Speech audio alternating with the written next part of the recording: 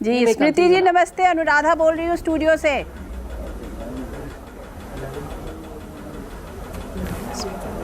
नमस्कार मैम। आज बहुत बड़ी जीत आप लोगों के लिए, खास करके मध्य प्रदेश में।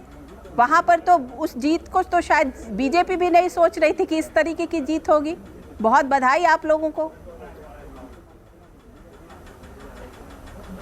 मुझे लगता है, धन्यवाद, लेकिन मुझे लगता है कि संशोधन करूं आपके वक्तव्य में।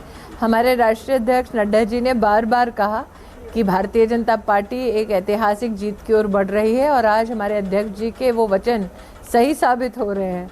तो आपको भले ही जीत की अपेक्षा ना हो, लेकिन हमारे संगठन को, हमारे राष्ट्रीय अध्यक्ष को निश्चित रूप से थी, क्योंकि हम मोदी जी की गारंटी लेकर जनता के मध्य में उतरे थे।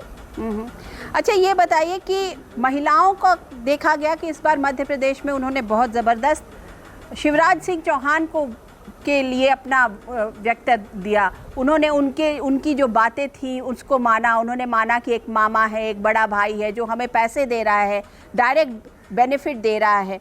उसको आप किस तरीके से देखती हैं? क्या आगे चल के इसी तरीके के चुनाव होंगे जिसमें डायरेक्ट बेनिफिट जो है वो सबसे ज़्यादा इम्पोर्टेंट रोल प्ले करेगा? मुझे ऐसा लगता है अनुराधा जी, आज हमारी जीत सिर्फ मध्य प्रदेश में नहीं बल्कि छत्तीसगढ़ और राजस्थान में भी हुई है। और डायरेक्ट बेनिफिट की जहां बात होती है तो उसकी जो आर्थिक आधारशिला है वो नरेंद्र मोदी जी ने रखी, जब जनधन योजना के अंतर्गत उन्होंने 50 करोड़ गरीब नागरिकों का बैंक का खाता खुलवाया, जिसमें से 24 करोड़ देश की महिलाएं हैं।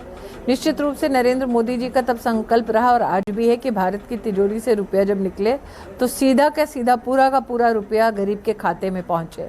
आज 28 लाख करोड़ से ज़्यादा की राशि देश के गरीबों के बैंक के खाते में सीधा नरेंद्र मोदी की गारंटी की वजह से पहुंची है।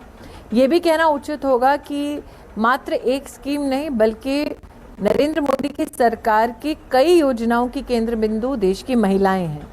चाहे वो हाल ही में जो 33% का आरक्षण का बिल पारित हुआ वो, चाहे वो आयुष्मान भारत योजना के अंतर्गत 10 करोड़ गरीब महिलाओं के परिवारों तक 5 लाख की सालाना मुफ्त की जो व्यवस्था है सरकारी और गैर सरकारी अस्पतालों में, उसकी व्यवस्था हो वो, चाहे बेटी बचाओ बेटी पढ़ाओ की सफलता हो, चाहे वो प्रधानमंत्री मातृ वंदना योजना के अंतर्गत गर्भवती महिलाओं के बैंक के खाते में सीधा पैसा पहुंचने की बात हो।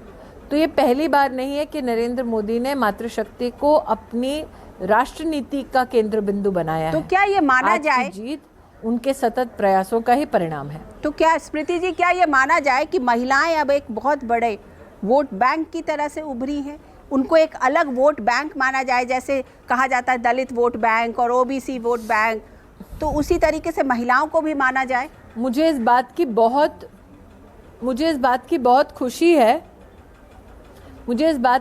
खुशी है कि महिलाओं को हम वोट बैंक की दृष्टि से देख रहे हैं, क्योंकि महिला जब राजनीति में अपना योगदान देती हैं तो उसके लिए प्रमुख मुद्दे क्या रहते हैं? स्वास्थ्य की फैसिलिटी, सुविधाएं उसके परिवार के लिए उपलब्ध हो, ये महिला का मुद्दा है। आंतरिक सुरक्षा सुनिश्चित हो, ये महिला का मुद्दा है। देश में शिक्षा और कौशल की दृष्टि से व्यवस्थाएं उसके परिजनों को मिले, ये महिला का मुद्दा है। हमारे देश की राजनीति में जब अध्ययन किया गया, विशेषतः पंचायत स्तर में भी, महिलाओं का रुझान उसी नेता के प्रति होता है जो उसके परिवार के और उसकी विशेष शिक्षा की दृष्टि से, अर्थव्यवस्था की दृष्टि से, सुरक्षा और सम्मान की दृष्टि से सहयोग दे या ऐसी व्यवस्थाओं को सुदृढ़ करे। और इन सारे विषयों पर नरेंद्र मोदी छोड़कर और कोई नेता पूर्णतः राष्ट्र में खरा नहीं उतर पाया है। तो